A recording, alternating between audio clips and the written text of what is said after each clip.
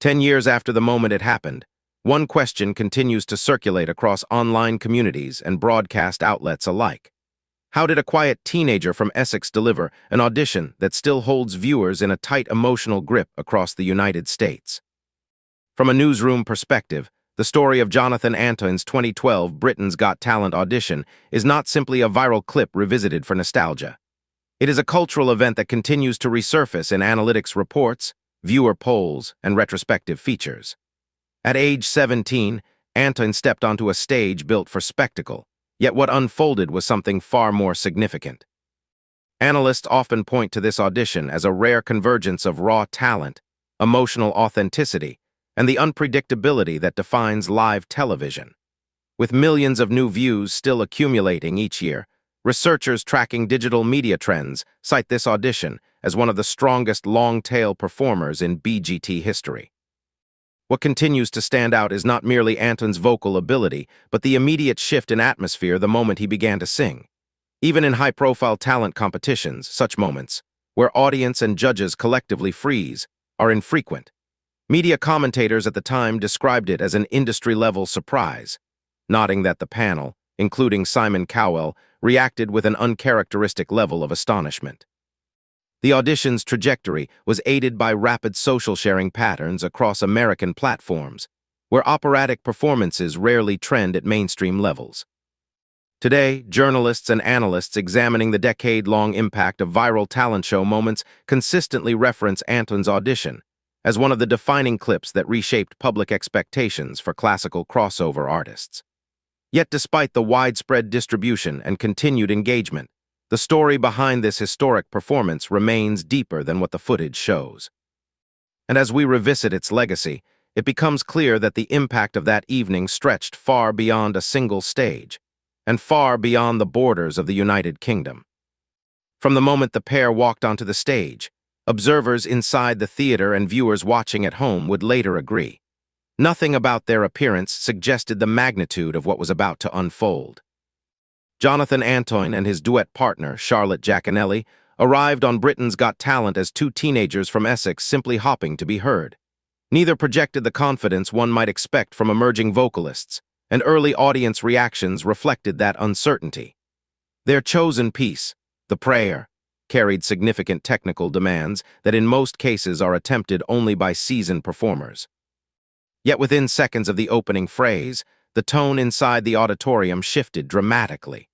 Reporters covering the series at the time noted that even the production crew appeared momentarily still, recognizing that an unusually strong performance was unfolding. Jonathan's voice, operatic, resonant, and unexpectedly mature, contrasted sharply with his soft-spoken demeanor moments earlier. Classical experts who reviewed the footage highlighted his clarity and emotional expression as characteristics uncommon at his age. Judges' reactions became central to the broadcast narrative, with Simon Cowell appearing visibly taken aback, a moment replayed across social media and international broadcasts. This contributed to the audition's rapid climb in global visibility, especially in the United States, where clips circulated widely across morning news programs and cultural commentary segments. While many auditions spark brief bursts of online activity, this one generated sustained coverage, prompting analysts to examine why it resonated so deeply with audiences unfamiliar with classical crossover music. The answer, many concluded, was a combination of surprise, talent, and authenticity rarely captured in a single televised moment. And yet, even with the overwhelming positive response, the circumstances leading to this performance reveal a story far more layered than viewers initially realized. What viewers witnessed on stage that evening was powerful, but off-stage accounts and later interviews reveal that Jonathan's path to that moment was shaped by challenges that remain crucial to understanding his long-term impact. Before appearing on national television, Jonathan was known primarily within school music circles, where teachers recognized his talent early on. However, he also described facing difficulties during his formative years, including periods of low confidence and feeling socially out of place. Reports and interviews following his rise to prominence emphasized how these early experiences influenced his approach to performance, often giving his singing a depth and emotional nuance that belied his age. Educators familiar with Jonathan's background frequently mentioned that music became a stabilizing force for him. His classical training, though limited compared to that of conservatory students, was led by instructors who saw exceptional potential. Nonetheless, stepping into a televised competition introduced pressures that went far beyond a typical student recital. Journalists covering talent show psychology noted that the contrast between Jonathan's reserved personality and his commanding vocal ability became a central point in public discussions, contributing to lasting audience attachment. When the audition aired, many viewers were struck not only by the technical quality of his voice, but by the sense that they were witnessing someone overcoming personal barriers in real time.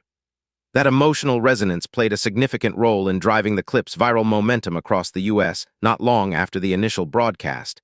Media analysts observed that the narrative of unexpected brilliance became one of the audition's core identifiers, further increasing its reach.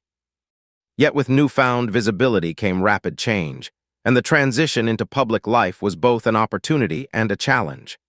The next stage of Jonathan's journey would unfold under a level of scrutiny that few teenagers, especially those with classical training, had experienced. Within days of broadcast, metrics from digital platforms began revealing an unusual pattern. Jonathan and Charlotte's audition was not just gaining views, it was accelerating at a rate typically associated with major news events, not talent show performances.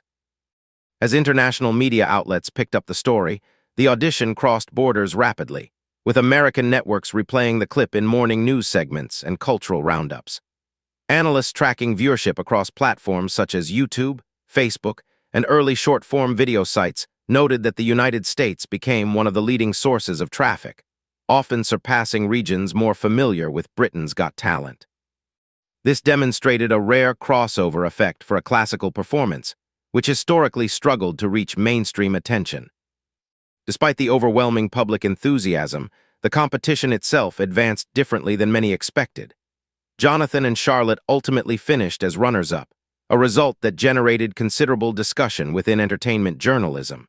Some viewers expressed surprise that such a powerful audition did not secure a first-place win, while others noted that talent competitions frequently emphasize variety, making outcomes unpredictable.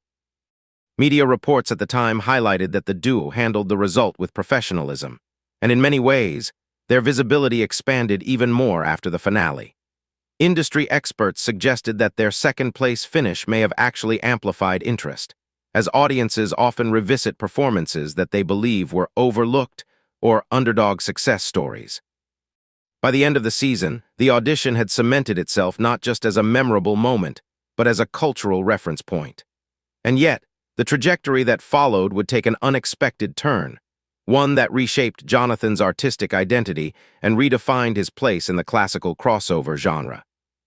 When news broke that Jonathan and Charlotte would be pursuing separate careers, the announcement prompted immediate headlines and raised questions that required careful clarification from both artists. In 2014, reports confirmed that the duo had been offered solo recording opportunities, and after careful consideration, they agreed to continue individually. Entertainment journalists emphasized that the decision did not stem from personal conflict, but from differing musical visions that naturally emerged as they matured. Both performers expressed mutual respect in interviews, reiterating that their partnership had been valuable and that the choice to separate professionally reflected long-term artistic goals rather than any form of disagreement. Despite these clear statements, the public response varied, with some viewers expressing concern that the transition might impact Jonathan's confidence or momentum. Music analysts, however, noted that the shift to solo work opened new possibilities for him, allowing for repertoire tailored to his specific vocal strengths. As coverage continued, the narrative gradually shifted from speculation to recognition of Jonathan's commitment to developing his craft independently. The period immediately following the split marked a significant turning point. Freed from the constraints of duet arrangements, Jonathan began exploring deeper classical material, collaborating with producers and vocal coaches who specialized in operatic and crossover genres. News outlets following his career described this phase as a strategic recalibration, one that aligned his public image more closely with his natural vocal direction. While Charlotte also pursued her own path successfully, Jonathan's evolution became a key subject of continued media interest. Audiences who had discovered him through the audition were now watching closely to see how his artistry would develop without the duet dynamic. And as his solo work took shape, it became clear that the next chapter of his career would reveal more of his personal identity and musical ambition than ever before. As Jonathan transitioned into his solo career, industry watchers began noting a striking pattern. His releases were not only well received, they were reshaping public expectations for modern classical performers. His debut solo album introduced a more expansive, polished approach, showcasing arrangements that allowed his voice to stand at the forefront. Critics described the project as evidence of significant artistic growth, with many highlighting the depth of expression he brought to the material. Subsequent albums continued this trajectory, reinforcing his position as a prominent figure within the crossover space. In media coverage, one recurring theme was Jonathan's evolving stage presence. Early in his career, his talent sometimes overshadowed his comfort in the spotlight. Over time, however, journalists observed an increasingly confident performer who engaged audiences with assurance.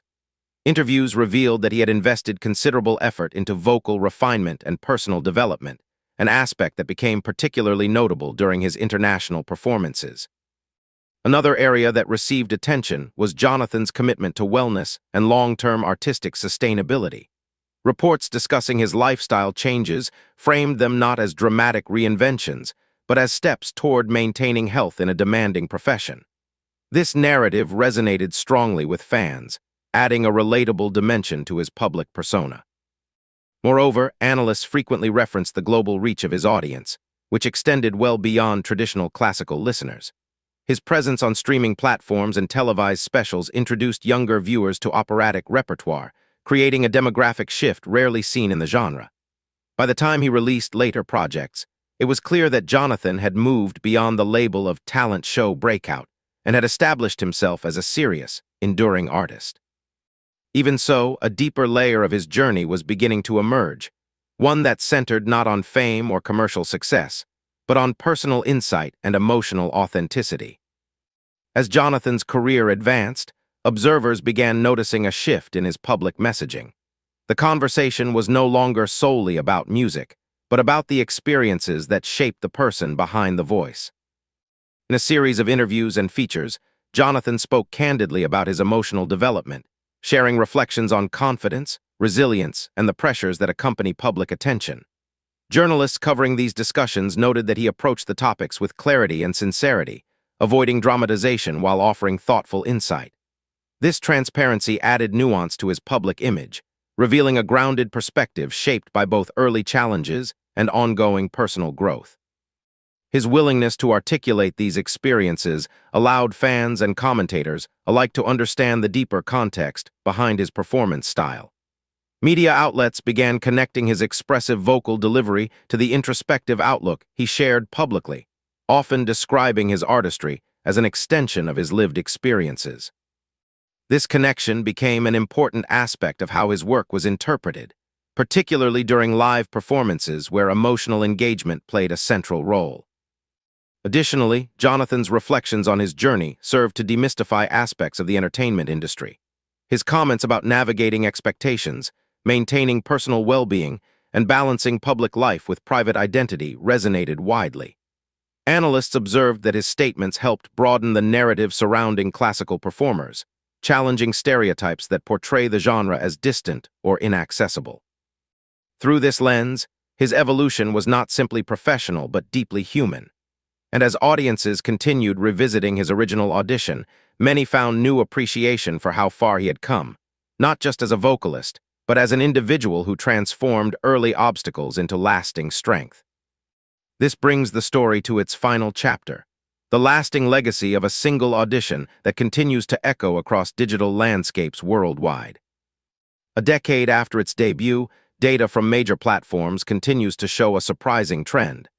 Jonathan Antoine's audition has not faded into nostalgia. It remains a routinely resurfacing clip across American viewership charts. Analysts attribute this longevity to several factors. First, the performance encapsulates a classic narrative that resonates universally, an unassuming young talent revealing extraordinary ability. Second, The clip aligns with the type of uplifting content that often gains renewed traction during periods of cultural uncertainty, making it a recurring feature in news roundups and social media rediscoveries. Third, its emotional transparency appeals across age groups, bridging the gap between traditional classical enthusiasts and younger audiences. Industry commentators frequently include the audition in discussions about the evolution of talent show culture, citing it as an example of how a single moment can define a genre's public perception for years. For the United States in particular, where classical vocalists rarely achieve mass visibility, the audition stands out as an accessible introduction to a style of music often perceived as formal or exclusive. This broadened accessibility continues to drive American engagement. Jonathan's ongoing career reinforces this effect.